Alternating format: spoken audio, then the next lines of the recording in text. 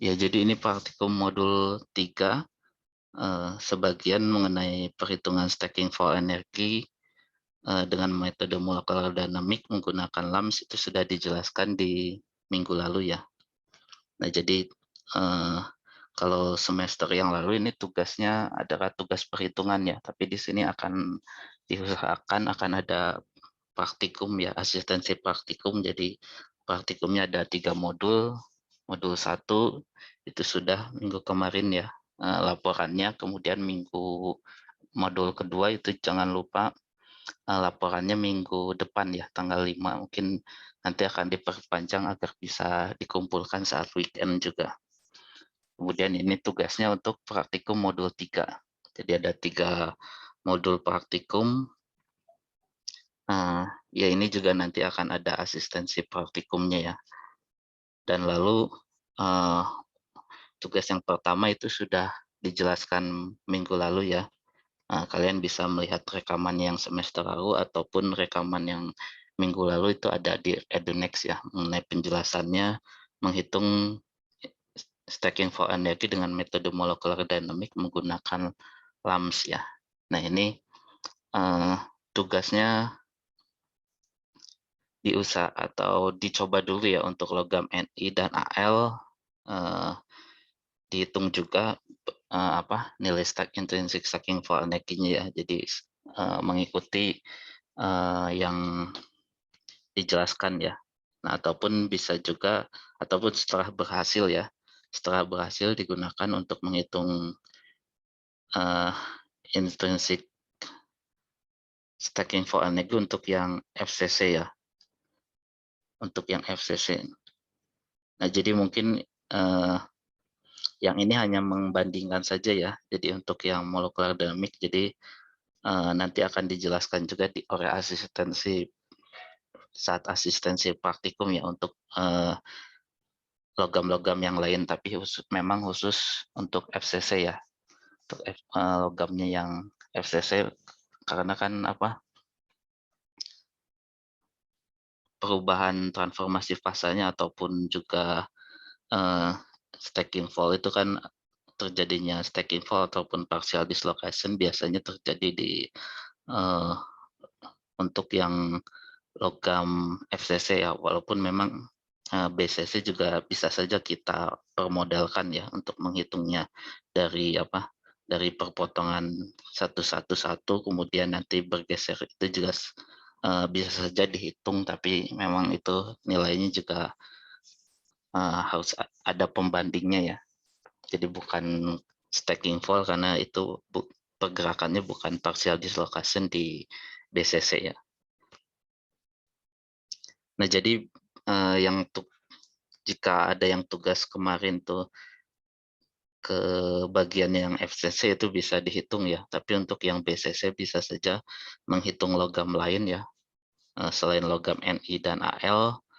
Nah tapi jika, eee, logam Ni dan Al saja itu juga tidak apa-apa ya, di situ itu yang tugas yang pertama. Karena kan yang tugas yang ada di tabel itu kan ada juga yang BCC ya. Nah kemudian tugas yang kedua itu yang akan dijelaskan, eee, di modul ini ya. Jadi menghitung stacking for energi dari logam Ni dan Al ya. Jadi membandingkan antara nilai, metode komputasional termodinamika ya. Nah ini contohnya menggunakan Excel misalkan karena yang lebih sederhana ya, karena di sini juga, hanya logam murni yang dihitung. Jadi membandingkan nilai dari sini dari, metode ini dengan metode molekular dynamic. Nah, jadi yang ketiga itu bandingkan hasil kedua metode perhitungan yang dilakukan, eee, ya bisa dengan referensi ataupun dari perbedaan kedua metode ini ya. Perbedaan nilainya itu berapa, pengaruhnya dari mana saja ya, pengaruh perbedaannya. Nah, ini nanti yang akan dijelaskan untuk, minggu ini ya, hari ini.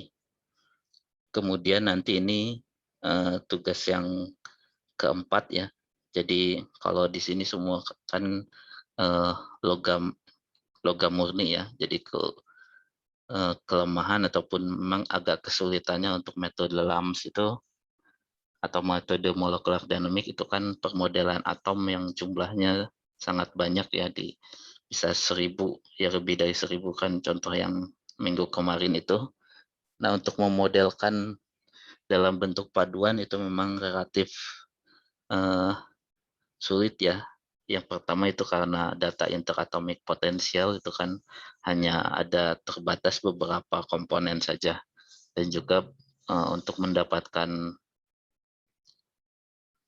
model dari paduan yang kompleks itu mungkin bisa menggunakan software-software yang lain ya, alat bantu yang lain, dan juga itu metode-metodenya juga berbeda antara satu software dengan software yang lain. Nah, yang lebih mudah untuk menghitung stacking power energi dari paduan itu dengan uh, metode komputasional termodinamik ya. Nah, ini nanti bisa juga akan dijelaskan juga menggunakan MATLAB. Jadi MATLAB-nya itu adalah MATLAB online ya. Nanti juga dijelaskan tugasnya maupun saat praktik ya, uh, oleh asisten ya, ini praktikum ya. Nah, jadi mungkin itu kira-kira ya. Jadi sebagai gambaran dulu untuk tugasnya untuk modul 3 ya, sebelum uh, diusahakan ya minggu depan itu ada asistensi praktikum untuk modul 3.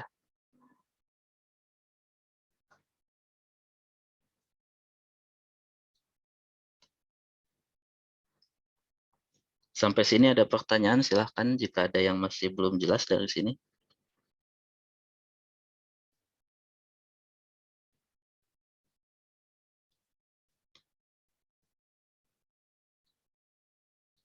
Nah, jadi untuk untuk yang tugas pertama itu sudah dijelaskan ya.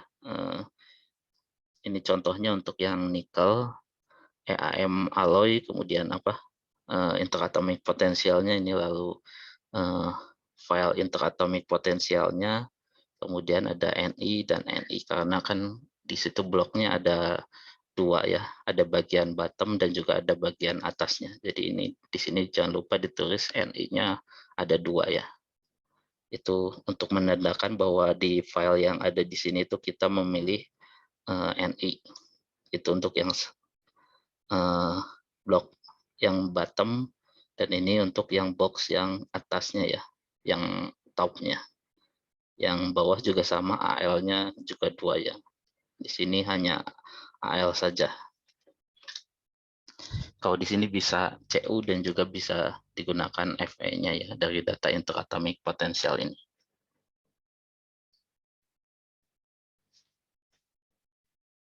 Yang lainnya yang diubah yaitu jadi diusahakan untuk unsur-unsur yang lain dicari yang EAM dan alloy ya. Jadi di sininya juga EAM dan alloy. Jadi akan lebih mudah untuk menghitungnya.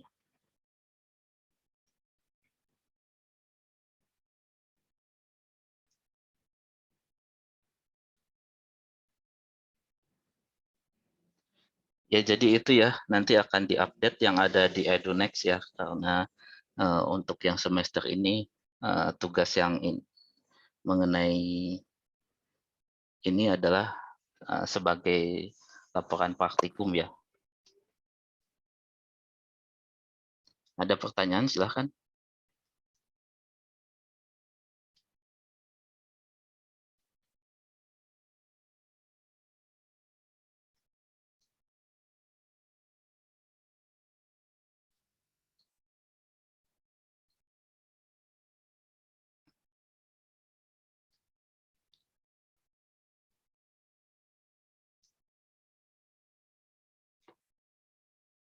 Ya, kalau masih belum ada, saya lanjutkan ya. Jadi untuk pengenalan dengan computational thermodynamic ataupun CALPAT ini juga hanya akan dijelaskan seperti semester lalu ya, hanya akan sedikit dijelaskan. Nanti untuk lebih jelasnya juga Pak Taufik itu akan menjelaskan ya, mungkin minggu depan ataupun pertemuan selanjutnya ya. Jadi ada satu pertemuan itu dengan Pak Taufik ya. Itu juga untuk software-software mengenai Kalpatnya ya. Baik itu yang open sources maupun mungkin yang lainnya ya. Itu bisa saja nanti dilihat saja.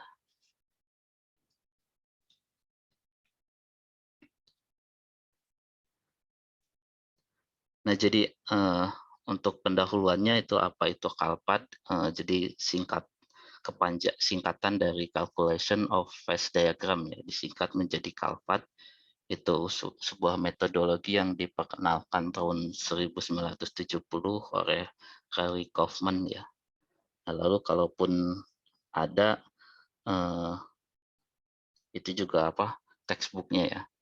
Textbook secara umum mengenai calculation of phase diagram itu seperti ini, ataupun juga ada jurnal yang namanya memang Kalpat ya, calculation of phase diagram di situ. Juga untuk jurnal-jurnal terbaru ataupun paper-paper terbaru mengenai data-data termodinamika ataupun permodelan menggunakan metode Kalpat ini. Atau kadang juga disebut di textbook yang lain itu disebutnya perhitungan termodinamika ataupun komputasional termodinamik ya. Jadi perhitungan komputasional dengan termodinamika ya, atau disebut juga the Kalpat method. Jadi intinya hampir sama ya. Jadi memodelkan diagram fasanya ya. Itu baik itu diagram fasa biner maupun Turner dan juga yang lainnya juga bisa saja. Jadi perubahan temperatur di sini dan juga komposisi ya. Tapi biasanya di software juga jangan bingung, biasanya temperaturnya ada di bagian bawahnya ataupun komposisinya ada di sumbu Y-nya ya. Itu tergantung dari jenis software yang digunakan. Jadi seperti ini tidak terlalu jelas juga. Jadi ini temperaturnya, kemudian ini adalah komposisinya atau fraksinya ya, fraksi mol, fraksi atomnya, atau persen atom ataupun persen beratnya itu bisa saja berbeda. Kalau ini sudah yang standar ya, yang biasa digunakan nih temperaturnya dan ini itunya. Nah, jadi ini contohnya untuk yang ya ada beberapa unsurnya. Jadi di sini bisa selain yang sederhana diagram fasa biner, misalkan antara CO dengan Ni ataupun Cu dengan Al ataupun yang lainnya, itu bisa juga komposisi-komposisi tertentu dengan pengaruh penambahan tertentu ya di sini. Nah, jadi inputnya dari ya terutama untuk desain paduan logam ya, kita juga pasti ingin saat kita sebelum ke percobaan kita biasanya kita harus tahu dulu diagram fasanya itu seperti apa sehingga dapat diprediksi sebelumnya struktur mikro akhir yang dari paduan yang kita dapatkan itu apa saja yang kira-kira struktur mikro yang akan ada ya. Nah, walaupun di sini kalau diagram fasa yang biasa ya, yang sudah ada di textbook itu kan biasanya dalam keadaan stabil ya. Jadi itu yang fasa-fasa stabilnya. Nah, jadi untuk dengan metode Kalpat ini bisa juga dihitung untuk fasa-fasa yang tidak stabil ya, yang metastabil ataupun tidak stabil itu seperti apa. Jadi metastabil itu sebenarnya sudah stabil ya, tapi keadaannya itu masih ada keadaan yang lebih stabil lagi. Jadi lama-kelamaan dia akan mencari fasa yang lebih stabilnya. Jadi kalau contoh metastabil itu fasa Martensite, kemudian fasa-fasa transisi yang ada di dalam saat precipitation hardening dari paduan Al ya. Jadi paduan theta double aksen, theta aksen, dan lain sebagainya. Nah, di diagram fasa yang kesetimbangan itu kan biasanya tidak tercantumkan ya fasa-fasa transisi itu daerahnya di mana ada untuk menghitungnya ataupun memprediksi diagram fasanya itu bisa digunakan metode Kalpat ini ya, ataupun memang bisa juga dilihat saat percobaan ya. Jadi percobaan tertentu harus didinginkan dulu dengan cepat baru di aging. Sedangkan kan kalau diagram fasa yang stabil itu didapatnya dari percobaan dengan pendinginan yang sangat lambat. Nah, jadi seperti itu ya, yang masukannya, jadi inputnya itu adalah ya ini untuk desain paduan logam kita biasanya kan inputnya adalah komposisi paduannya, kemudian itu yang akan menghasilkan mikrostruktur yang berbeda-beda ya. Jadi ini outputnya mikrostruktur yang berbeda-beda itu. Nah, output yang lainnya adalah sifat mekaniknya, yang dimana sifat mekaniknya itu ya tergantung dari mikrostruktur yang ada di dalam paduannya ya. Nah, ini yang bisa diprediksi ataupun ya bisa dilakukan percobaan ya. Nah, jadi dengan adanya metode di sini Kalpat, saat kita melihat diagram fasanya untuk komposisi-komposisi tertentu ya, dan juga pengaruh komposisi dan temperaturnya ya kita bisa memprediksi kira-kira mikrostrukturnya bagaimana. Lalu untuk mendesain bagaimana heat treatment-nya maupun proses eh, ya hampir semua proses ya, baik itu dari proses pengecoran, kemudian pengerolannya, itu juga ataupun annealing, ya terutama heat treatment-nya itu harus dilihat diagram fasanya seperti apa ya.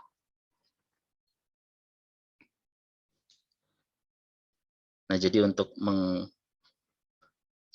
suatu metode untuk menghitung ya biasa, walaupun memang ada eh, yang bisa dihitung yang lain ya, tapi yang utamanya untuk desain paduan logam biasanya untuk memprediksi diagram fasa dari suatu paduan.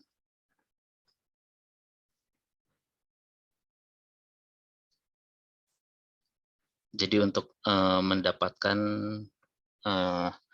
fase diagramnya ya, diagram fasanya dari suatu komposisi paduan tadi, dan juga data-data termodinamikanya ya.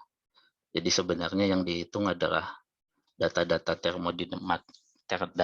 termodinamikanya dulu yang pertama ya, dari fasa yang kita inginkan maupun dengan komposisi yang kita inginkan, lalu setelah itu kira-kira fasa-fasa apa saja yang ingin ditampilkan ya, itu juga bisa dari situ dihitung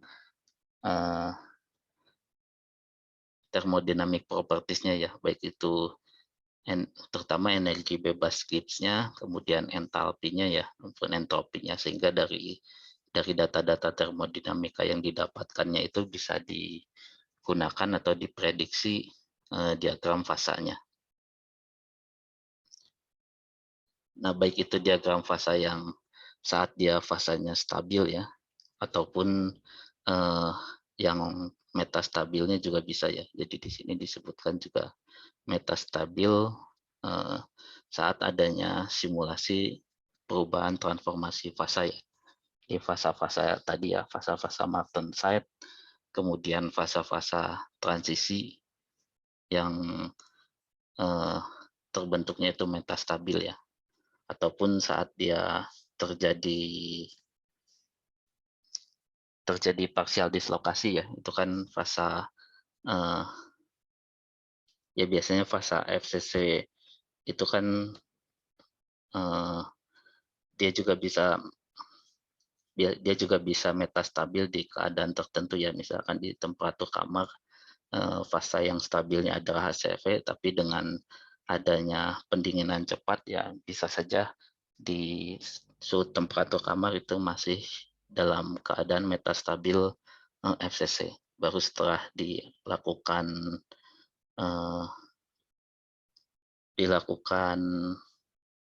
deformasi ya, deformasi terbentuk stacking fault, yaitu terbentuk fasa yang stabilnya yaitu HCP di situ.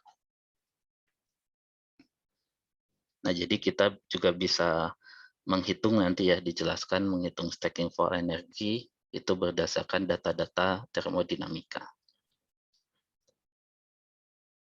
Nah, kemudian ya keuntungan dari permodelan sama seperti yang lainnya ya. Jadi tanpa adanya data-data percobaan ya. Jadi data-data percobaan ya berdasarkan database yang ada di dalam softwarenya ya. Softwarenya itu kan mempunyai database baik itu dari data-data percobaan yang telah ada ya. Jadi maksudnya tanpa ada experimental information itu tanpa kita harus melakukan eksperimental terlebih dahulu ya. Tapi database-nya memang biasanya dari ada juga dari data-data percobaan ya, dari data-data eksperimental baru dibuat database-nya. Nah, jadi saat kita melakukan permodelan yang ingin menghitung data-data termodinamika ataupun menghitung diagram fasa tertentu, itu ya kita tidak perlu melakukan percobaan terlebih dahulu. Nah, jadi ini contohnya ya, baik itu misalkan ya belum ini contohnya di temperatur tertentu ya. Jadi ini juga bisa jadi belum tidak hanya temperatur di sininya komposisi ya, komposisi dan juga di sini adalah temperatur, tapi bisa juga seperti ini ya keluarannya. Di ini fraksi dari elemen A-nya, kemudian ini fraksi elemen B-nya, baru nanti di temperatur tertentu itu kita inginnya fasanya apa ya. Jadi ini dengan metode CALPAD itu bisa diprediksi berapa persen ya unsur A dan B-nya itu menghasilkan fasa-fasa apa saja dan juga di mana daerah-daerahnya ya. Jadi di sini di bagian sini misalkan itu adalah fasanya satu ya, satu struktur kristal yaitu FCC, kemudian di sini terbentuk B2, kemudian di sini juga terbentuk karbida ya, karbida M23C6. Itu ya tergantung presipitat yang diinginkan itu yang mana ya. Jadi untuk menghasilkan precipitation strengthening maupun hardening adanya unsur-unsurnya itu larut di dalam matriks ya. Bisa sebagai interstisi juga. Nah, jadi seperti itu, kemudian ya itu juga bisa ya perbandingnya juga bisa dilakukan dengan density functional theory ya. Jadi ini juga bisa, misalkan ini contohnya menghitung stacking for energy ya. Stacking for energy saat terbentuknya unsur-unsur yang dia larut di dalam matriksnya ya, ataupun ada interstitial hardening di sini ya. Ini contohnya adalah interstisinya.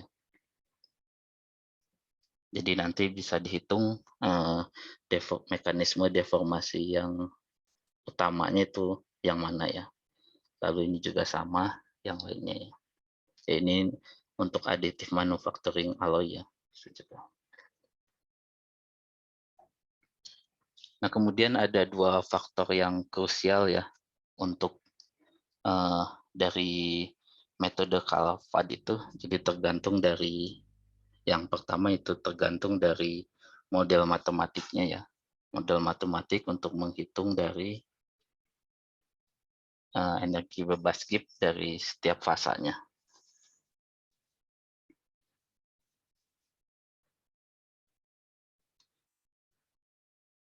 Nah, jadi biasanya untuk percobaan secara eksperimental itu biasanya di energi bebas Gibbs-nya itu dihitung dari temperatur yang tertentu ya, ataupun tekanan tertentu.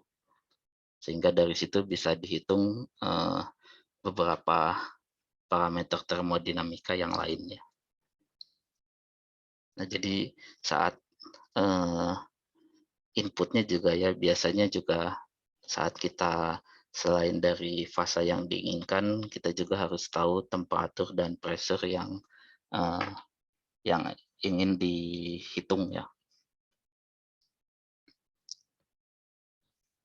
Nah, kemudian ya ini ya, yang didapatkannya nanti itu, ataupun saat kita menghitung dengan metode Kalpat yang didapatkan adalah diagram fasa seperti ini ya. Contohnya yaitu berdasarkan dari database termodinamika yang ada di dalam eh, ya terutama di dalam softwarenya ya.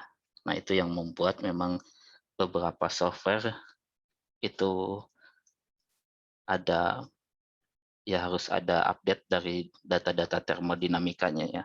Jadi data-data termodinamikanya itu biasanya terpisah. Jadi selain dari softwarenya juga eh, membayar ya untuk yang komersial, data-data termodinamikanya juga untuk jenis-jenis tertentu itu berbeda paketnya ya. Jadi harus membayar untuk mendapatkan data-data termodinamikanya.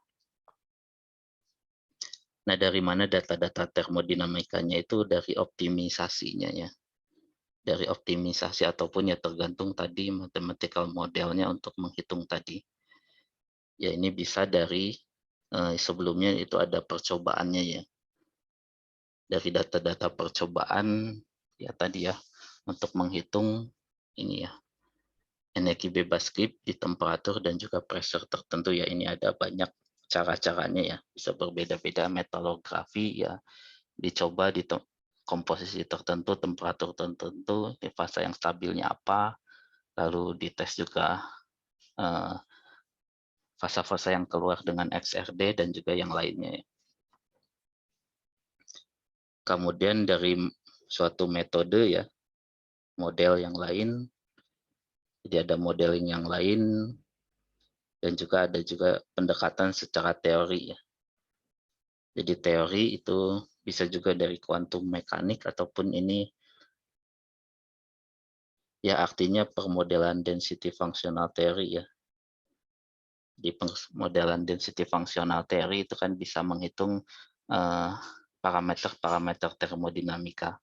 Nah, dari situ juga bisa sebagai data awal untuk menghitung termodinamik database di sini ya, dioptimisasi kemudian menghasilkan termodinamik database di sini. Kemudian ya selain dari situ juga selain diagram fasa ya dan juga data-data termodinamika itu juga metode Kalpat juga bisa menghitung bagaimana difusinya ya. Jadi difusi ataupun secara kinetikanya ya. Jadi selain termodinamika bisa juga menghitung dari kinetikanya. Ini juga sama ada optimisasinya, kemudian ada database-nya ya. Mobilitas ataupun data-data interdifusi ya, koefisien interdifusi ataupun data-data yang lainnya itu ada database-nya sendiri ya. Ini sama juga didapatnya dari eksperimental untuk mendapatkan data-data mobilitas atau difusinya dan juga pendekatan teoretik ya. Teoretiknya bisa dengan molekular dynamic untuk di sini ya, karena berhubungan dengan kinetika atau pergerakannya terhadap waktu. Nah, kemudian ya dari sini kita bisa memprediksi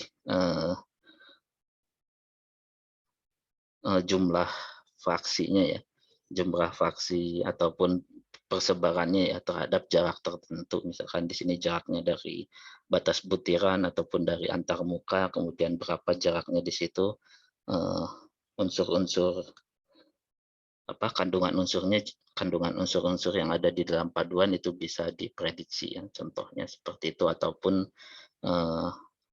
pergerakan dari antar muka itu juga bisa ya dimodelkan. Jadi di sini metode Kalpat juga sangat banyak ya untuk kinetikanya itu bisa menghitung pergerakan dari antar mukanya.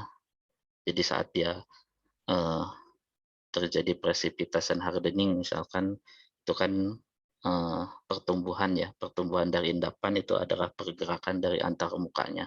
Itu yang bisa diprediksi kecepatannya seperti apa, kinetikanya ya, maupun nanti kinetika pengkasaran dan juga yang lain-lainnya ya.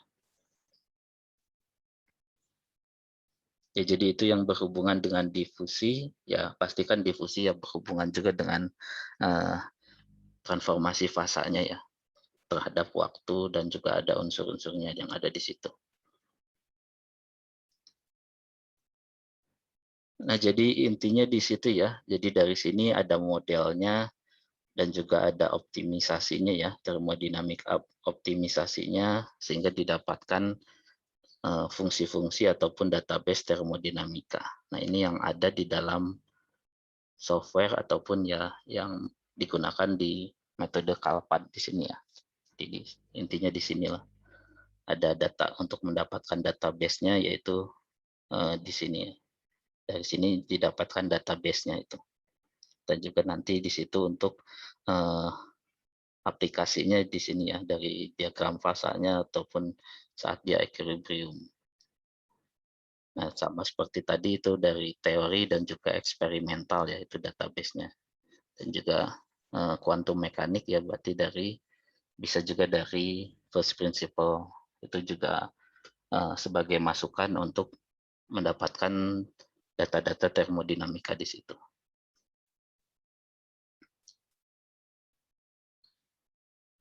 Nah, kemudian faktor yang krusial yang kedua adalah adanya ya ketersediaan dari komputer software untuk menghitung diagram fasanya ya atau saat dia equilibrium dari database-database yang ada ya untuk membuat diagram dan juga dari database yang ada.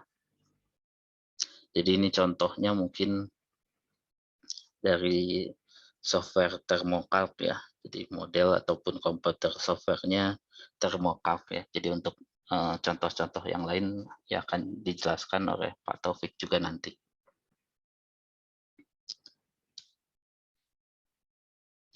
Jadi ada beberapa metode ya. Metodenya bisa bermacam-macam untuk menghitung fasanya ya dari data-data termodinamik yang ada di situ. Dan kemudian yaitu tergantung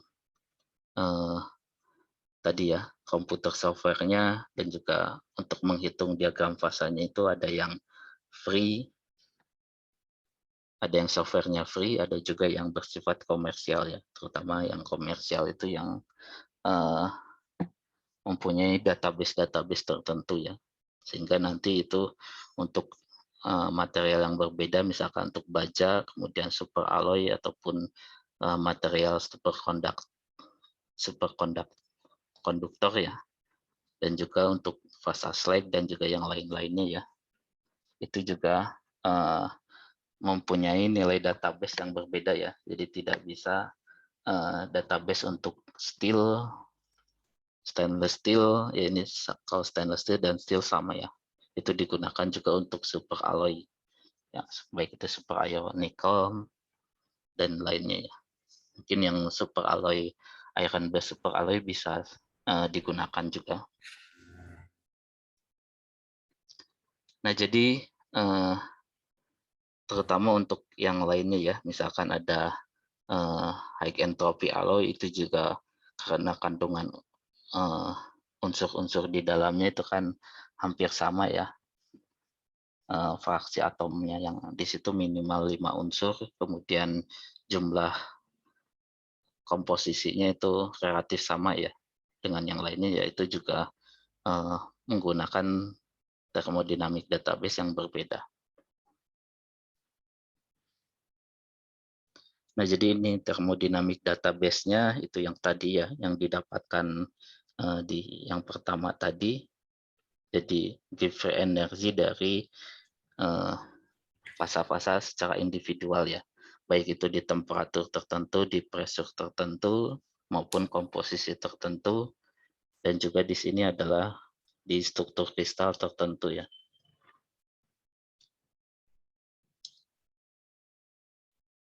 Kemudian ya ini M-nya itu berarti satu unsur ya, ataupun nanti interaksi antara satu unsur dengan unsur yang lainnya, eksesnya dan lainnya. Baru dari termodinamiknya, termocalc-nya itu biasanya dilakukan ya ini software komputer ya, model matematiknya untuk menggambarkan di sini ya, diagram fasanya ini. Jadi diagram fasanya ini kan ya pasti hanya ada beberapa titik-titik tertentu ya, baru di situ digambarkan optimisasi untuk menggambarkan titik-titik ataupun garis ini ya, garisnya ini. Garisnya ini. Jadi bisa didapatkan gambar dari perubahan temperatur dan juga komposisinya ya.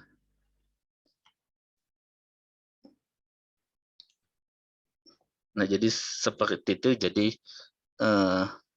ya mungkin software yang berbeda maupun database thermodynamic database yang berbeda ya pasti akan bisa saja menghasilkan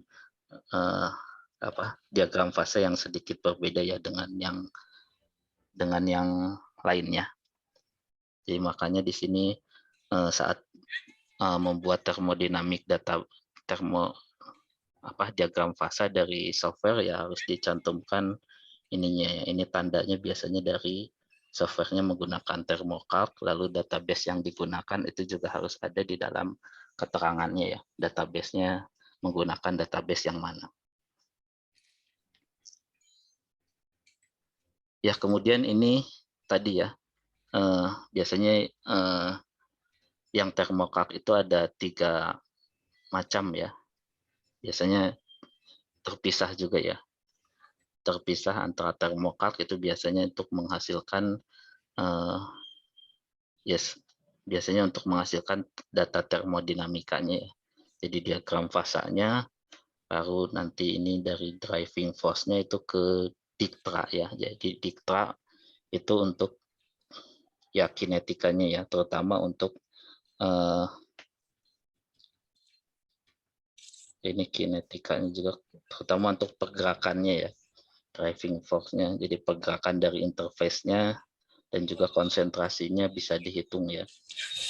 Jadi dari antarmuka konsentrasi dari atom-atomnya itu bisa diperkirakan ya, sejauh mana, ataupun di sini antarmukanya besar, kemudian di sini kecil ya, untuk unsur-unsur yang lain bisa juga. Nah, ini difusivitas, nah ini ya prisma itu ya, itu juga dalam satu bagian dari termocalc-nya itu juga kinetikanya.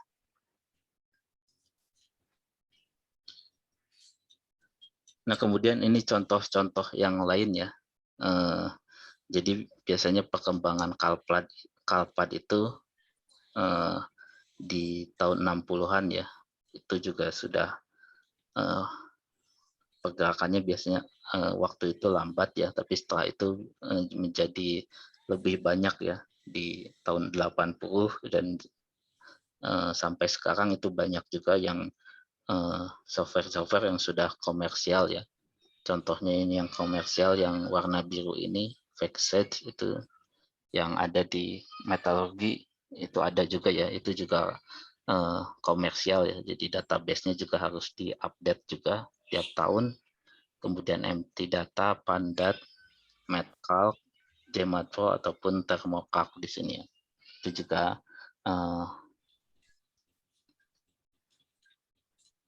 komersial ya. Jadi baik itu softwarenya saat diinstal itu harus membayar, maupun untuk tambahan database tertentu itu juga harus ditambahkan ya.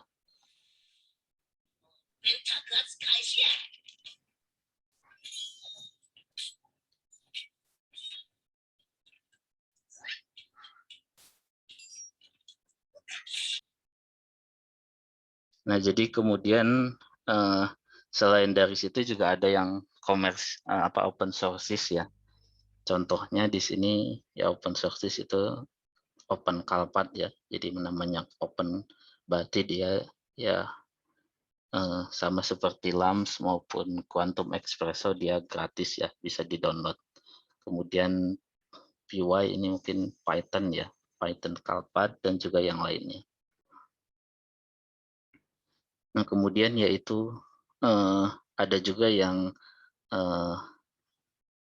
seperti halnya juga yang Quantum Espresso ya, dia hanya membayar perhitungan yang kita lakukan ya. Jadi setiap kali kita menghitung itu menggunakan berapa data yang digunakan dan juga data yang digunakan ya untuk menghitung itu ya, berarti itu yang dibayar ya. Jadi ini membayarnya berdasarkan perhitungan yang diinginkan ya.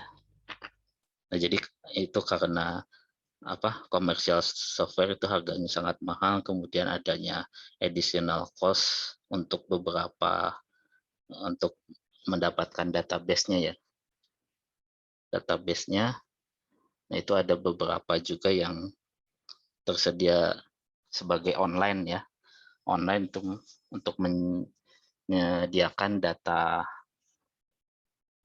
database maupun software yang open, tapi dia sepertinya Open Carpet, tapi dia menyediakan datanya ya, menyediakan data dan juga langsung menyediakan softwarenya. Jadi tinggal kita masukkan inputnya ya. Inputnya kita inginkan apa, misalkan FEC fast diagram, baru nanti database atau data yang akan digunakan untuk menghitung itu berapa ya. Nah, harganya juga berapa. Jadi kita itu bisa lebih murah membayarnya ya. Jadi berdasarkan pekerjaan yang ingin dilakukan saja. Jadi tidak perlu mendownload softwarenya maupun tidak perlu membayar harga dari database-nya. Hanya berdasarkan yang ingin kita hitung saja.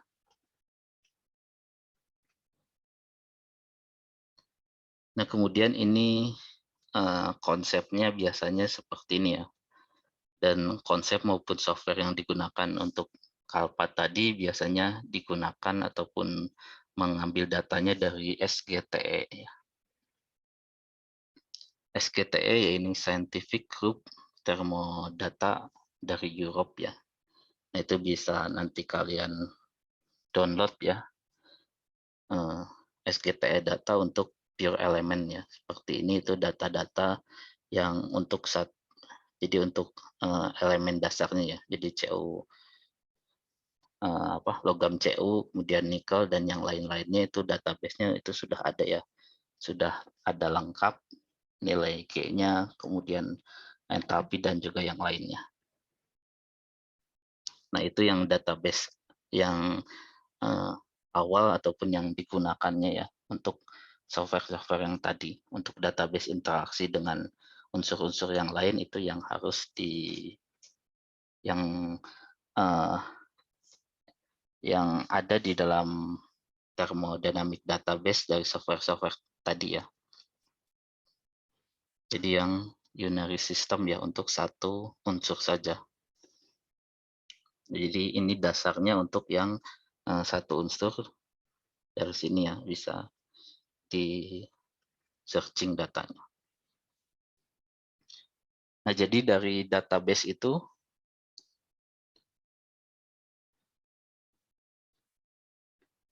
sebentar ya, saya ada telepon dulu ya.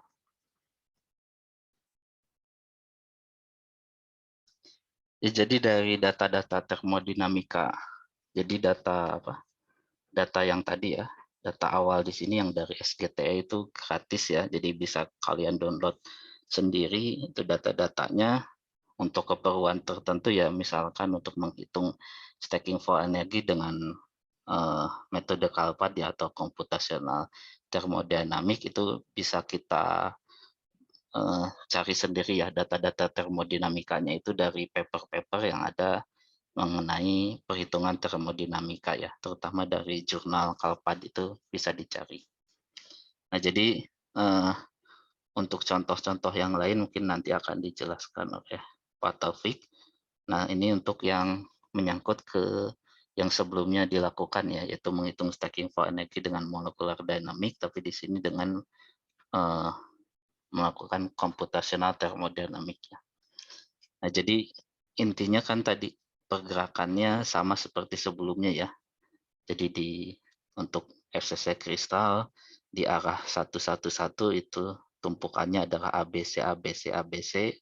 Selanjutnya kemudian ini juga arahnya juga sama ya. Jadi arah untuk terjadinya stacking fall itu di arah 11-2 A/6, itu berarti pergerakannya secara parsial ya. Jadi dari tumpukan A ke tumpukan B. Kemudian ya contohnya dari tumpukan A ini menjadi tumpukan B seperti ini. B ini menjadi C, C ini menjadi A, kemudian A menjadi B ya. Jadi setelah terjadi tadi pergerakan ini ya, pergerakan dalam arah ini itu bisa terjadinya saat terjadi deformasi ya. Jadi saat terjadi deformasi ataupun saat terjadi walk hardening, nah itu terjadi perubahan tumpukannya ya. Nah ini tumpukannya menjadi BC, BC itu adalah inti dari fase HCP ya, di sini di bagian sininya itu. Nah jadi ini struktur yang terbentuk intrinsic stacking for energy. Nah bagaimana dasarnya untuk menghitung stacking for energy itu berdasarkan persamaan ini ya. Itu dilihat dari perubahan transformasi ya. Di sini kan hanya di daerah sini perubahan transformasi dari FCC menjadi menjadi HCP di sini. Jadi nah dari perubahan ini itu dihitung delta G energi bebas, perubahan energi bebas gridnya ya dari fase FCC menjadi HCP, gamma FCC menjadi epsilon HCP. Nah kemudian karena terjadi perubahan fasa ya, nah di sini ada antar mukanya ya, antar muka antar fasa FCC dengan HCP dengan FCC-nya ya. Jadi ada dua di sini, itu antar mukanya berubah ya. Awalnya FCC dengan FCC menjadi FCC dengan HCP. Nah, jadi dua ini yang diperhitungkan ya. Jadi dari sini ditambah dengan dua di sini artinya ada dua bidang ya, ini satu dan dua. Sehingga dikalikan dua itu yang berpengaruhnya adalah energi antar mukanya. Jadi gamma ininya. Nah itu biasanya untuk pemodelannya dianggap suatu nilai konstan ya. Jadi walaupun sebenarnya gamma ini kan itu juga tergantung dari komposisi ya, komposisi dan juga temperatur ya. Tapi di sini untuk menyederhanakan karena pengaruhnya juga tidak terlalu banyak ya, perubahan komposisi dan juga temperatur kira-kira hanya dari 5 sampai 15 milijoule per meter persegi ya perubahannya itu. Jadi biasanya nilainya tetap. Nah yang berubahnya itu adalah delta G gamma menjadi epsilon di sini. Nah kemudian di sini ya satuannya ini sudah milijoule per meter persegi ya.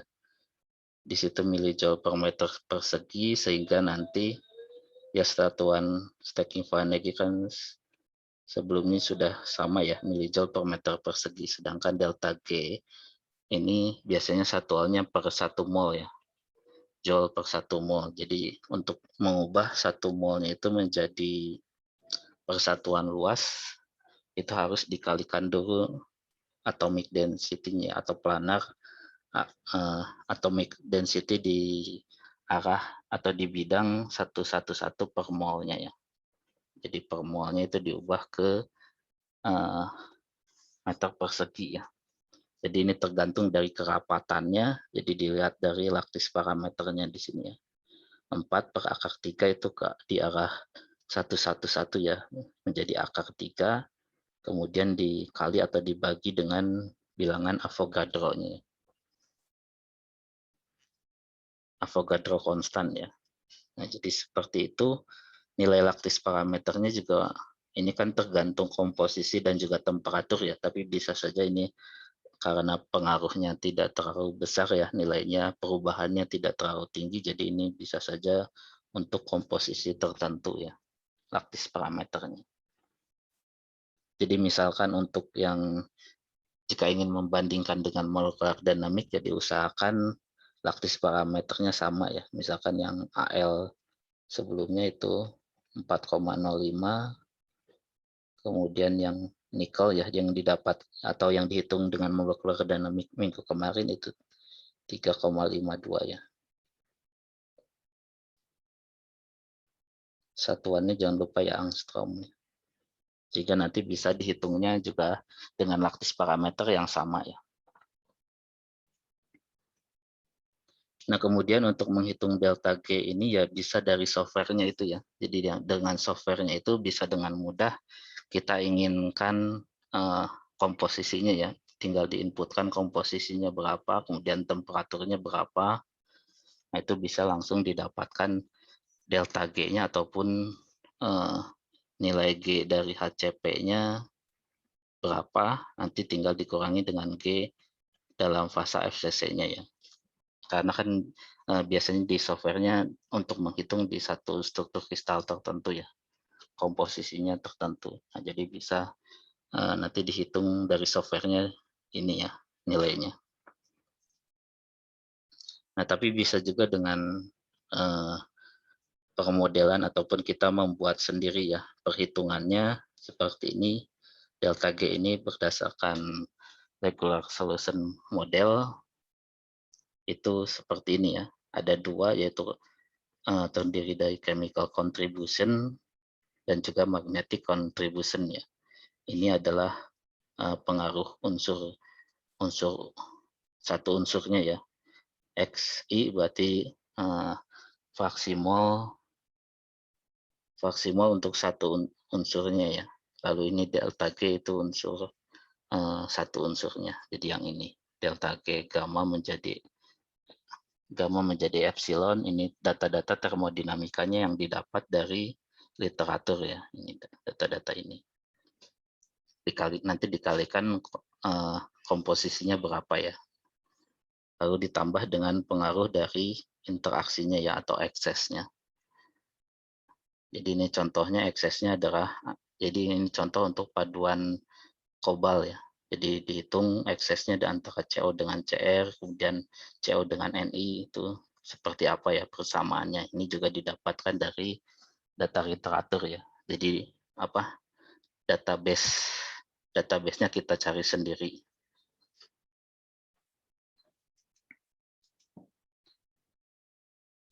Kemudian dia dikalikan Xi dan juga Xy-nya ya unsur CO dengan CR-nya, kemudian dikalikan magnetic contribution-nya.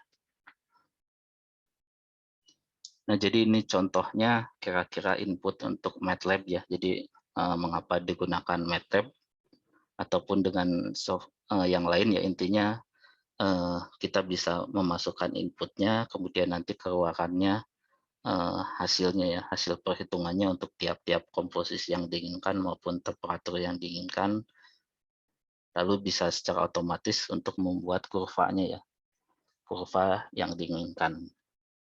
Nah, jadi ini inputnya komposisi dan temperatur ya, jadi kita masukkan komposisinya apa, kemudian temperaturnya berapa. Nah, datanya itu database yang ada di sini ya, database dari literaturnya itu yang kita cari sendiri ya. Kemudian ya ini calculation-nya itu menggunakan persamaan yang tadi dijelaskan ya di sini. Baru ini output-nya adalah ya terutama di contohnya stacking for energinya. Ataupun ya ini data chemical berarti yang ini ya, dari yang 1 dan 2 di sini, yaitu untuk mengecek apakah nilainya itu konstan ya, untuk mengecek nilainya per tiap temperatur ataupun komposisi tadi. Jadi tidak hanya langsung ke stacking for energy, tapi bagian-bagiannya juga kita bisa hitung ya. Nah, jadi ini contohnya yang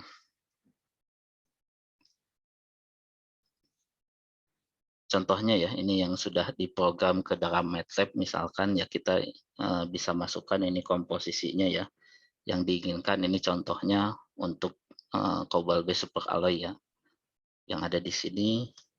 Kemudian ini temperaturnya ya, jadi ada 2. Jadi ini contohnya adalah perubahan stacking for energy untuk paduan ini dengan perubahan temperatur ya. Jadi temperaturnya dari 0 sampai 1000 Celcius. Nah, jadi ini setelah dimasukkan nanti keluar hasilnya seperti ini ya. Jadi ini T-nya berapa, gel chemical, magnetic, delta G, kemudian stacking for energy ya. Jadi yang bagian sininya. Itu seperti ini. Ya ini bisa di-copy ya, datanya ini hasilnya bisa di-copy kemudian dimasukkan untuk membuat grafiknya ya di Excel misalkan, ataupun bisa juga keluar langsung dari MATLAB-nya itu seperti ini ya. Untuk ditambahkan komposisi yang lain kan untuk membandingkannya juga bisa ya. Jadi antara highness, kemudian ultimate, dan juga 188 ya bisa dibandingkan nilai dari stacking for energinya terhadap perubahan temperatur. Nah, jadi ini contohnya ya, nanti akan dijelaskan juga kira-kira bagaimana ya membuat script dari MATLAB-nya untuk contoh yang lain. Nah, ini juga bisa untuk menghitung perubahan dari tiap-tiap unsur ya. Jadi kan stacking for energy itu akan berubah dengan perubahan unsur-unsur tertentu ya.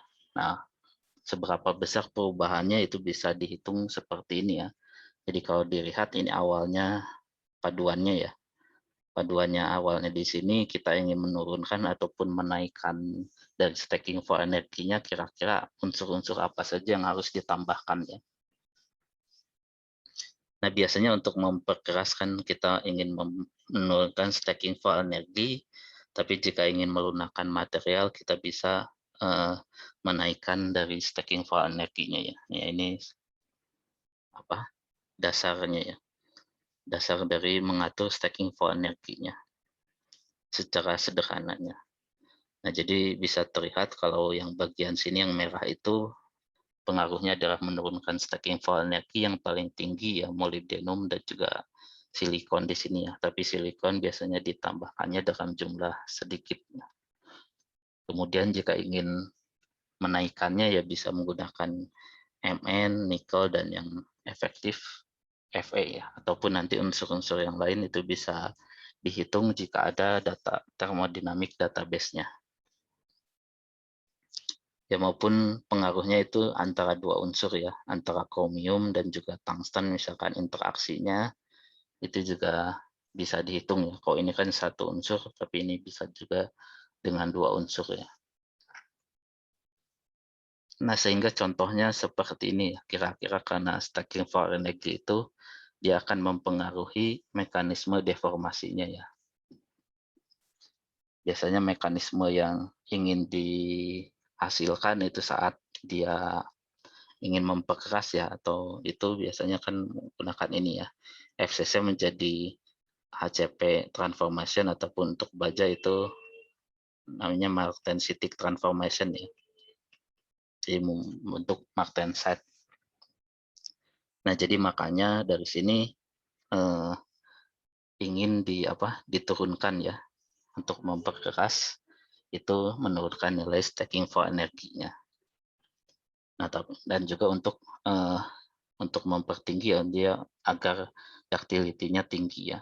Nah, tapi jika terlalu tinggi itu terjadi dislocation cell, itu artinya ini terjadinya slip ya, lebih condong ke terjadinya slip ataupun full dislocation ya. Full dislokasi. Kalau yang ini yang selain di sini bagian ini nih masih partial dislokasi ya. Jadi ini yang terbentuk stacking fault, sedangkan yang ini yang full dislokasi, pergerakannya menjadi slip ya. Ataupun diinginkan mekanismenya twinning ya. Jadi twinning itu ada di antaranya dia kekuatannya masih tinggi, tapi sifat ductility-nya, keuletannya juga masih tinggi ya. Keuletannya. Nah, tapi ini contohnya untuk paduan tertentu ya, kira-kira untuk paduan tertentu ya, kira-kira jadi dari percobaan nilai stacking for energinya berapa ya, dari percobaan juga itu dihitung jarak antar partial dislocation-nya, baru di situ berapa jumlah twinning-nya ataupun stacking for energinya bisa dihitung ya. Nanti baru dikategorikan mekanisme deformasi berdasarkan nilai stacking for energinya. Ini kemudian dilihat dari solubilitasnya ya, karena kan di stacking for energy berarti unsur-unsurnya itu dia larut di dalam matriksnya ya. Jadi tidak membentuk precipitate. Kalau membentuk precipitate kan itu penguatannya yang lain ya. Jadi ini stacking for energy untuk penguatannya solid solution strengthening. Ini tadi sudah dibahas ya. Jadi CR, MO, tungsten itu menurunkan stacking for energy, artinya dia sebagai fase penstabil HCP ya. Kemudian yang lainnya itu menaikkan nilai stacking for energy, artinya dia menstabilkan fase FCC. Dan sifatnya ya tergantung dari HCP itu biasanya kekerasannya lebih tinggi dan FCC mempunyai sifat keuletan yang lebih tinggi. Nah, jadi intinya tadi ya, jika kita tahu stacking for energinya, kemudian kita inginkan mekanisme yang dihasilkan ya. Jadi dari sini kita juga bisa memprediksinya berdasarkan ini ya. Dari di sini terjadi FCC menjadi HCP transformasi, di sini stacking fault dan twin ya, ini terbentuk stacking fault dan twin. Nah, baru di sini itu twinning juga ya. Di sini twinning semuanya. Kalau di sini perpaduan antara keduanya. Nah, jadi misalkan stacking for energinya itu inginkan dua ini ya, antara adanya terbentuk stacking for, kemudian ada juga twinning ya. Kira-kira di sini yang nilai stacking for energinya ya di antara di sini, berarti kita bisa sebagai panduan untuk perancangan paduannya ya, komposisinya yang mana ya. Jadi komposisinya ada di daerah sini.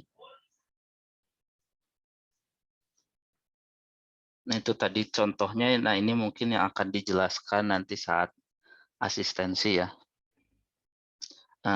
Kira-kira bagaimana contohnya, misalkan untuk menghitung nilai stacking for energy dari baja austenitic ya, maupun austenitic stainless steel ya. Jadi artinya memang fasanya kan fasa yang stabilnya ya, FCC ya. Sebenarnya kalau BCC yang low steel juga bisa saja dihitung stacking for energinya ya. Tapi ini fasa yang stabil di temperatur kamarnya memang adalah FCC ya, austenitic steel. Nanti setelah adanya deformasi dia akan berubah menjadi HCP ya. Ada bagian-bagian tertentu menjadi HCP sehingga saat deformasi plastis ataupun work hardening itu paduannya akan menjadi lebih kuat. Nah, jadi itu tujuannya ya untuk menghitung stacking for energinya. Jadi di sini nanti juga mungkin akan ditunjukkan perhitungannya dengan Excel-nya ya. Jadi ini contohnya, ini adalah komposisinya ya, berdasarkan paper yang ada di sini contohnya. Seperti ini. Ya ada juga paduan Fe ditambahkan tembaganya lebih tinggi. Kemudian ini parameternya ini langsung nilainya ya, langsung nilai di sini itu kan tergantung laktis parameter dan yang lain-lainnya ya, bilangan Avogadro-nya. Kemudian di sini berarti nilainya adalah 8 ya, gamanya itu 8 sehingga dua gamanya itu 16 ya.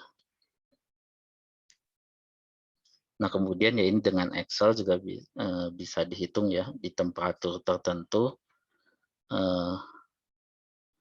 total 1, total 2, total 3 itu yang ini ya, yang ada di sini tadi. 1, 2, 3-nya berapa, baru delta G-nya dan juga nanti nilai stacking for energinya. Nah, jadi ini contohnya ya. Jadi untuk menghitung delta G dari satu unsur seperti ini itu dihitungnya dari SGTE ya. SGTE untuk pure element. Nah, ini persamaannya kemudian jika dilihat atau di SGTE ya, bisa dilihat untuk unsur-unsur tertentu. Ini contohnya untuk Fe ya. Nah, ini berarti fasa HCP-nya ini dikurangi dengan fasa FCC-nya ini ya.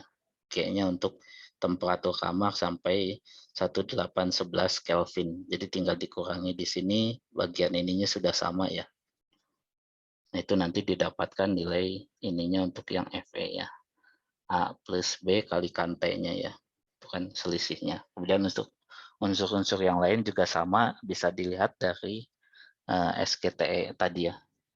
Tempat downloadnya tadi juga sudah ada.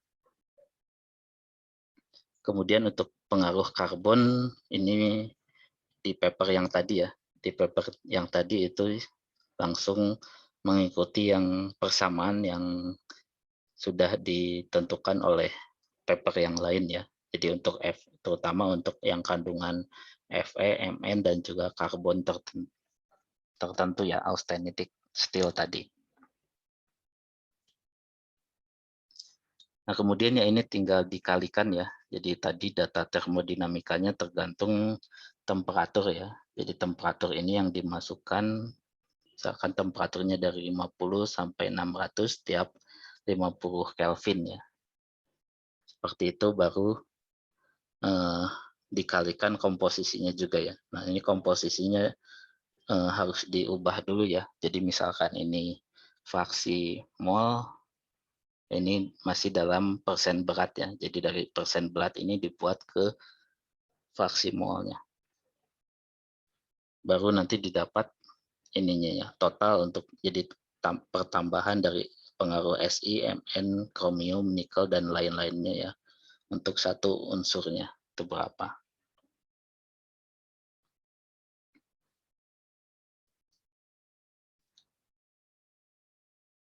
Ya ini untuk komposisi ini dan ini untuk komposisi yang lainnya ya. Contohnya ini seperti ini. Kemudian ini adalah untuk eksesnya ya. Ekses free energinya ini itu juga database-nya bisa dicari dari paper-paper ya. Misalkan contoh paper ini ya ini untuk menghitung phase equilibria ya. Dari Fe, kemudian Mn, dan juga Al. Jadi 3 unsur ya. Jadi dari situ kita bisa menghitung interaksi antara Fe dengan Mn maupun Fe dengan Al maupun kebalikannya ya.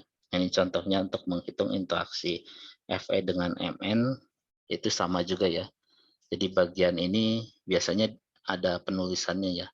L0 seperti ini dan juga ada L1 ya komponennya itu. Jadi tinggal dikurangi saja L0 dari HCP di sini, bagian sini dikurangi dengan bagian sini, ditambah bagian sini dikurangi bagian sini, dikalikan X Fe-nya dikurangi XMN-nya ya. Sehingga nanti didapatkan seperti ini. Nah, jadi itu contohnya. Nah, tapi untuk di paper yang tadi ya, paper yang tadi itu berbeda ya untuk nilai FEMN-nya itu ya, berarti dia berdasarkan database yang berbeda ya. Nah, jadi untuk database yang berbeda ya, bisa saja di database-nya berbeda ya, karena paper yang diacu itu berbeda, tapi saat kita menghitung stacking for energy di sini, nilainya itu sama ya, jadi tidak berpengaruh.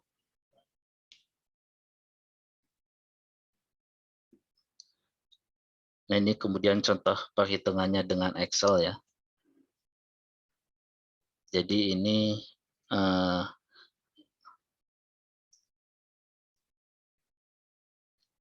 ya ini pengaruh tadinya ya, atau ini komposisinya, baru ini pengaruh dari tadi ya, interaksinya ya. Interaksinya untuk FEMN, kemudian FECR, jadi semuanya ya. Jadi komposisinya ada ini ya, pasti kita harus tahu interaksi antara Fe dengan Mn, terutama FESI, FECR, dan FENI ya, dan juga yang lainnya. Nah, tapi yang terutama itu yang komposisinya yang terbanyak ya. Jadi terutama Fe ini pasti harus dicari.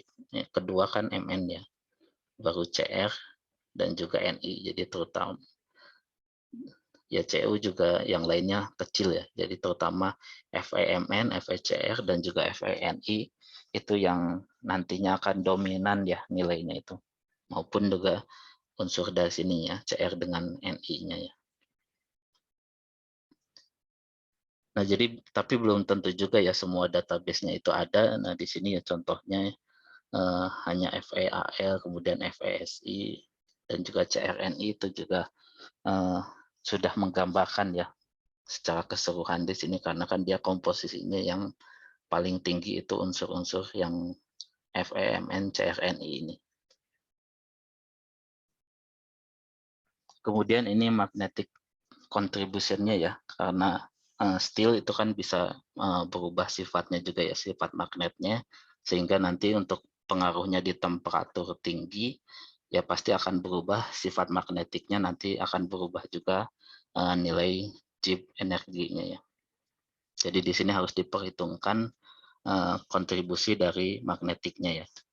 Jadi ini kontribusi magnetik FCC, HCP dikurangi dengan FCC-nya ya. Kemudian ini untuk menghitung tiap fasanya ya dengan persamaan ini. Nah, jadi jika dengan di Excel kan mudah ya, tinggal menambahkan, nanti akan menuliskan formulanya seperti ini ya. Nah, nanti juga untuk di MATLAB ya nanti akan diperlihatkan ya contohnya. Nah, kemudian data-data yang harus ada itu adalah data-data tetanya ini, taunya ya, taunya dan juga beta di sini. Nah, taunya itu dari perubahan T terhadap temperatur Curie-nya ya. Jadi perubahan dari sifat magnetik lemah menjadi magnetik kuatnya itu berapa ya, TC-nya itu. Nah, itu TC-nya itu yang yang harus dicari dari data-data termodinamik dari paper-paper ya, seperti ini. Nanti itu sudah ada ya datanya ya, jadi tinggal digunakan saja. Kemudian betanya adalah seperti ini. Ini juga sama ya dari data-data yang ada di termodinamikanya. Kemudian ini fungsi di sini ya. Jadi taunya kita tahu berapa nilainya ya. Apakah dia lebih dari satu atau lebih kecil dari satu, itu fungsinya berbeda ya. Jadi ini fungsi itu tergantung dari nilai taunya itu apa lebih satu atau minus satu, ini nilai menghitungnya seperti ini ya. Di mana D-nya adalah 2,34 dan P-nya adalah 0,28 untuk fasa perubahan dari HCP menjadi FCC. Jadi dari sini dihitung tiap fasanya ya, FCC maupun HCP, baru magnetik HCP dikurangi magnetik FCC. Nah, ini contoh nilainya ya, pengaruh delta G magnetiknya. Jadi G ini dikurangi dengan GHCP dikurangi dengan G gamma ya. Nah, sebelum menghitung itu, ini fungsinya untuk yang HCP dan itu untuk yang FCC ya. Ini taunya tadi itu tergantung dari T-nya itu dibagi dengan TC-nya. Nah, ini TN ataupun TC sama ya, nil temperatur ataupun Curie temperatur. Biasanya untuk paduan austenitic ataupun steel itu disebutnya nil temperatur.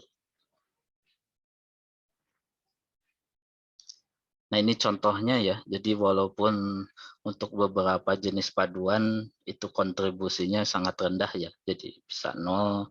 Di sini juga temperatur rendah itu ya menjadi lebih besar. Jadi biasanya memang temperatur yang lebih tinggi kontribusi magnetiknya menjadi lebih kecil ya. Tapi untuk beberapa jenis paduan misalkan yang trip di sini itu nilainya sangat tinggi ya.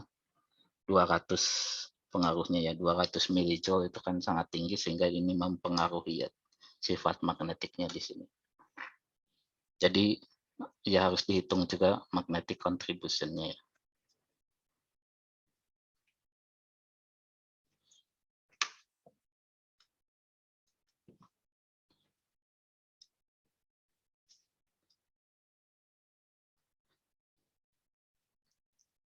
Nah, jadi kira-kira seperti itu ya untuk yang ini mungkin saya perlihatkan.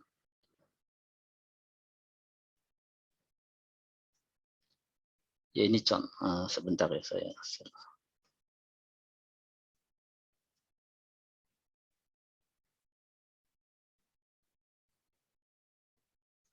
Jadi ini misalkan contohnya untuk stacking for energy ya. Sebentar. Ya jadi ini nanti yang akan yang akan kalian atau yang akan dijelaskan oleh asisten ya, bagaimana cara membuatnya ini.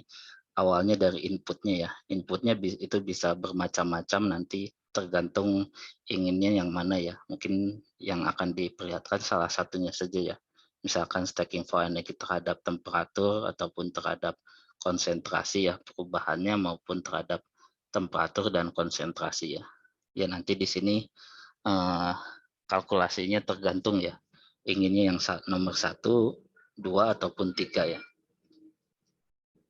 Baru ini masukannya untuk yang setelah itu ada pilihan lagi ya. Jadi pilihannya biasanya bisa dalam persen berat maupun dalam persen atom seperti ini. Karena kan biasanya persen berat itu untuk merancang paduan ya. Kita menimbang dari beratnya berapa, jadi lebih mudahnya dengan persen berat, tapi ada persen atom itu untuk membandingkannya dengan permodelan atomiknya. Nah, sehingga bisa dipilih nanti ya, ini persen berat, ya tinggal berapa nilainya nanti, kemudian masukannya adalah temperatur dan juga selangnya ya. Ini adalah selang temperaturnya, kemudian ini temperatur yang paling tingginya ya. Nanti ini seperti ini contohnya ya, nanti mungkin akan lebih jelas saat kaliannya mencobanya ya. Tapi ya bisa juga hanya tinggal mengubah-ubah saja yang ada di sini ya. Misalnya seperti itu, lalu ini untuk yang masih ya perubahannya adalah input unsur tertentu ya. Jadi ini berbeda perubahan komposisinya.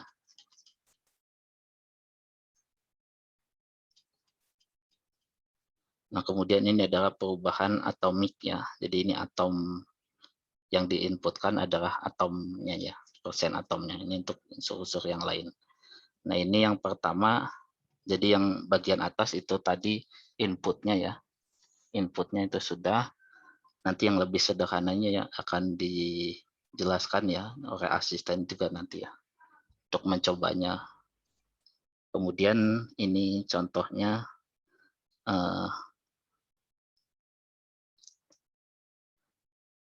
untuk mengubahnya ya. Jadi pertama ini perhitungannya atau pengolahan datanya. Jadi perhitungannya adalah mengubah komposisinya ya. Jadi mengubah komposisinya baik itu dari atomik, dari persen berat ya, dari persen berat menjadi fraksi mol, maupun dari persen atom itu menjadi fraksi mol. Nah, jadi itu tergantung dari nilai AR-nya. Di sini AR-nya sudah ada ya untuk unsur-unsur tadi.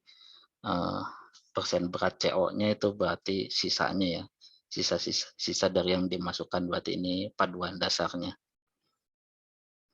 Molnya itu persen berat dibagi AR, baru nanti dicari mol totalnya. Fraksi mol berarti mol dari CO-nya terhadap totalnya ya.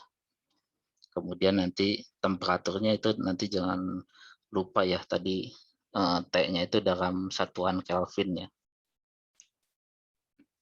Kemudian ya ini dari atomic persen ya, ini tinggal diubah saja dari atomic persen ke persen berat dulu, baru nanti dari sini ya sama seperti yang tadi ya, dicari molnya baru dibagi mol totalnya. Nah, itu tadi untuk mengkonversinya menjadi fraksi mol, baru ini adalah data-data termodinamikanya tadi ya. Ini data-data untuk yang pure elemen, kemudian ini untuk menghitung delta G1-nya, jadi fraksi molnya dikali dengan CO-nya seperti ini ya, nanti temperaturnya berapa. Itu sudah otomatis, baru ini excess free energinya berarti pengaruh antara interaksinya ya, misalkan antara CO dengan CR, seperti ini ya tinggal dimasukkan. Ini database-nya yang tadi ya, yang dari tabel tadi. Kemudian ya ini nanti menghitung delta G eksesnya ya, delta G2-nya. Kalau ini database untuk yang kontribusi magnetiknya ya. Nanti untuk yang contohnya itu lebih sederhana ya, karena hanya untuk austenitic itu, eee, yang ada di paper itu ya, nanti, contohnya lebih sederhana ya.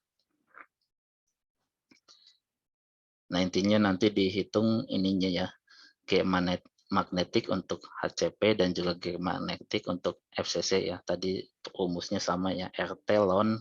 Nah, biasanya ln itu dalam MATLAB itu ditulisnya log ya, seperti ini. Kali taunya ini tadi sudah, tergantung apa taunya itu lebih kecil dari satu ataupun lebih besar dari satu ya, rumusnya berbeda. Sehingga nanti didapat delta G magnetiknya itu G HCP dikurangi dengan G magnetik FCC-nya. Kemudian ini nilai A-nya ini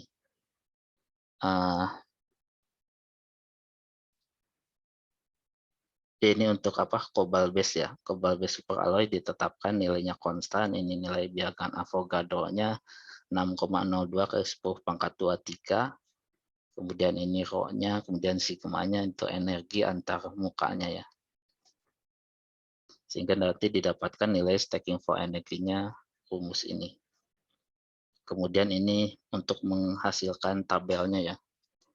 Jadi tabelnya itu ini ya. Ya ini TC-nya biasanya untuk mengetes saja ya. Nilai TC-nya berapa untuk paduan itu, baru ini yang ke bawahnya itu. Jadi temperatur, nanti nilainya ada di bawahnya ya. Lalu G chemical, G magnetik, delta G, dan juga SFE di sini. Baru ini untuk menampilkan plotnya ya.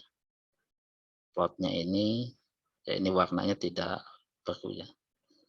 Jadi terhadap TC terhadap G chemical, terhadap magnetik, terhadap delta G, maupun temperatur terhadap stacking for energy.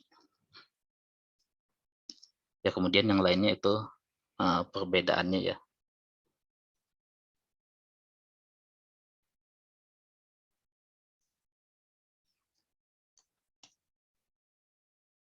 Nah, kemudian nanti mungkin akan, atau sebelum praktikum ya, kalian juga bisa mencoba ya, dicari di MATLAB di sini, di STI ya, .itb.ac.id ini, itu MATLAB-nya yang legalnya ya. Nanti kalian bisa mencobanya, nanti bisa mencobanya untuk yang MATLAB online. Jadi ikuti saja ya di sini, baru create, baru yang dimasukkan adalah email ITB ya. Jadi nanti untuk untuk mendapatkan akunnya ya. Jadi emailnya ada domain itb.ac.id-nya ya. Yang di sini daftar, nanti setelah itu ikuti saja yang petunjuk di sini ya. Nah, tapi nanti kalian tidak perlu mendownloadnya, hanya mencoba saja yang online-nya ya. Jadi contohnya yang ini. Nah, jadi kalian tinggal mencoba saja yang MATLAB online di sini ya. Jadi jika sudah ada akunnya, kemudian ya bisa juga di-download ya, tapi ini tidak perlu, kalian mencoba saja yang online-nya di sini.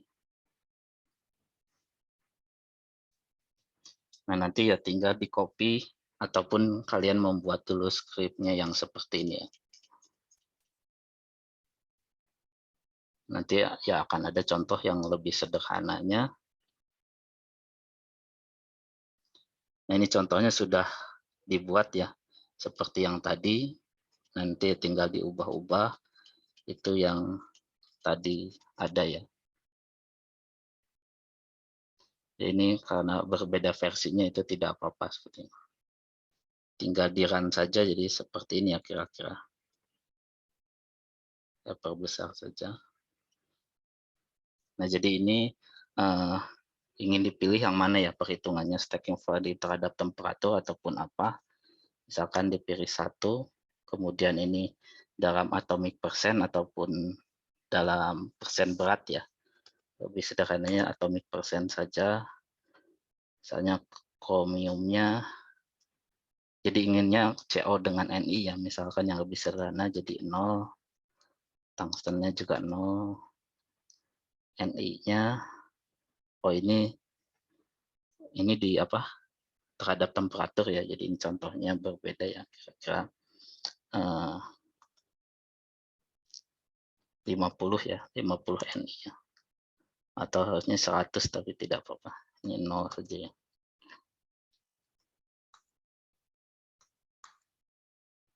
Jadi apa? Dua unsur saja CO dengan Ni ya.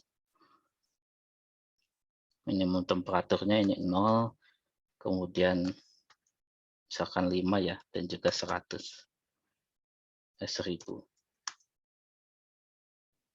Nah, ini hanya apa? Warnanya saja ya, nanti untuk membandingkan dengan yang lainnya. Nah, tapi setelah itu bisa didapatkan nilai ininya ya, tabelnya ini ya, di mana perubahannya tiap dari 0 sampai 1000 tiap 5 ya. Ini untuk TC-nya dari paduan tadi ya. CO 50 Ni, CO ini 50 ya, nilai stacking Fahrenheit-nya ini 30. Semakin tinggi temperatur itu semakin tinggi ya stacking Fahrenheit-nya. Ini contohnya langsung didapatkan gambarnya seperti ini. Jadi perubahan stacking Fahrenheit terhadap temperatur.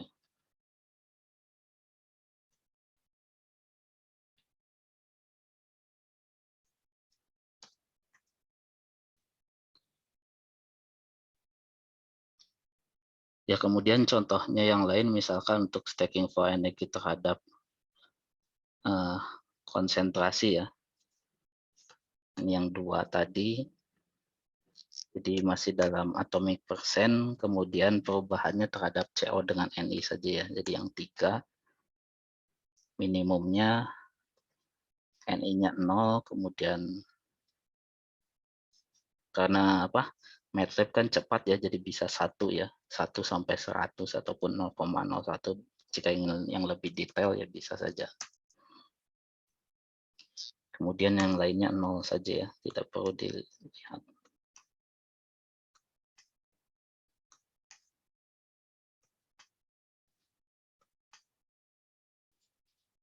Nah, ini temperaturnya ya, karena inputnya memang dia tergantung temperatur ya, jadi temperaturnya juga harus dimasukkan misalkan di temperatur kamar saja. Garisnya warnanya merah ya, R. Nah, jadi seperti ini untuk atomic Ni-nya dari 0, 1% atom, ini nilainya ya 0,05, berarti dia pure kobal itu segini, kemudian nanti 101 ini berarti pure Ni ya. Nanti bisa dibandingkan juga nilainya yang pure Ni itu berapa ya kira-kira. Nah, sebenarnya ada grafiknya ya, tapi karena tadi di close, jadi ini tidak muncul lagi ya.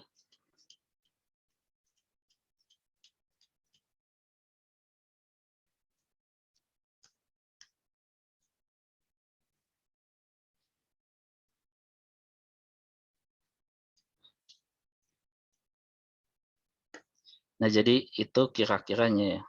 Nah, jadi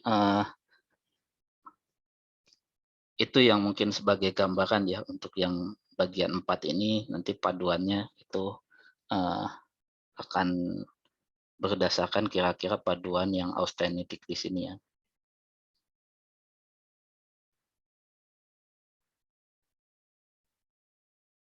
Paduannya yang ada di sini ya. Jadi nanti untuk membuat sendiri ya, filenya tidak untuk yang kobal. Nah, ini contohnya untuk yang 2, ini berarti tadi sudah dijelaskan ya. Bagian 2 ini untuk logam Ni dan juga logam Al. Jadi dihitungnya dengan Excel ya, jadi manual saja ya. Dihitung kalau tidak salah di sini tuh temperaturnya 300 Kelvin ya. Jadi kira-kira temperatur kamar ya. Jadi di sini juga sama, kira-kira nanti temperaturnya adalah 300 Kelvin, ataupun karena di Excel itu kalian dibuat saja perubahannya terhadap temperatur ya. Jadi misalkan dari 300 Karena itu kan 300 Kelvin itu artinya dia temperatur kamar ya. Jadi dibuat saja 300, kemudian 400 ya. Sampai misalkan 1000 Kelvin ya. Ini yang ada di Excel-nya. Jadi yang dibandingkan ya tentu saja yang 300 dengan di sini ya. 300 Kelvin di situ. Atau di sini saya juga agak lupa lagi ya apakah di sini 0 Kelvin atau bagaimana. Nanti tinggal dicek saja apakah ada velocity-nya atau tidak ya. Kalau tidak salah mungkin 0 Kelvin ya. Jadi tinggal dibandingkan saja 300 ya dengan temperatur kamar itu tidak masalah saya kira. Nah, kemudian di sininya adalah A-nya itu jangan lupa A untuk NI dan juga A untuk AL itu berbeda ya, ataupun disamakan dengan yang ini. Di ini 3,52, yang ini adalah 4,05 ya. Kemudian ya ini nilainya karena dia tidak ada interaksi, jadi tinggal dihitung langsung saja ya, diambil yang ini. Ini dan juga ini ya. Ini T-nya yang tadi ya, yang ini berarti ini delta G NI-nya dan juga delta G AL-nya itu berapa ya ke bawah. Nah, mungkin magnetiknya untuk Excel ini tidak akan ada pengaruhnya ya nilainya. Jadi tidak perlu dihitung karena memang di sini datanya juga tidak ada ya. Jadi hanya menghitung ininya saja. Jadi dari sini itu sudah dapat nilai ininya. Lalu untuk interatomic gamma-nya dipilih saja mungkin 7,5 juga ya. Ininya 7,5 sehingga 2 gamma-nya itu menjadi 15 milijoule per meter persegi ya itu. Itu saja yang dipilih ya. Jadi dari sini dihitung nilai stacking for energinya ya. Untuk perubahan temperatur tadi nilai yang jangan lupa nilai ini yang berubah ya. Lalu nilai ke sigma-nya adalah 15 di sini. Baru nanti itu yang dibandingkan ya, yang bagian sini dan bagian sini. Nah, kemudian yang ini akan dijelaskan atau apapun akan tugasnya nanti saat asistensi ya. Jadi nanti dan juga penjelasan mengenai laporan praktikumnya itu seperti apa, itu juga akan ada di bagian nanti ya, saat asistensi itu.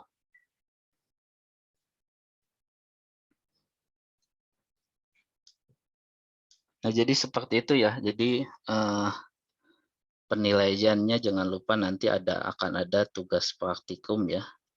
Tugas praktikum modul 1, kemudian tugas praktikum modul 2 ya. Ini modul 1, kemudian ini modul 2, dan juga ada tugas praktikum modul 3. Dan juga ada UTS pengganti ya. Pengganti UTS itu adalah tugas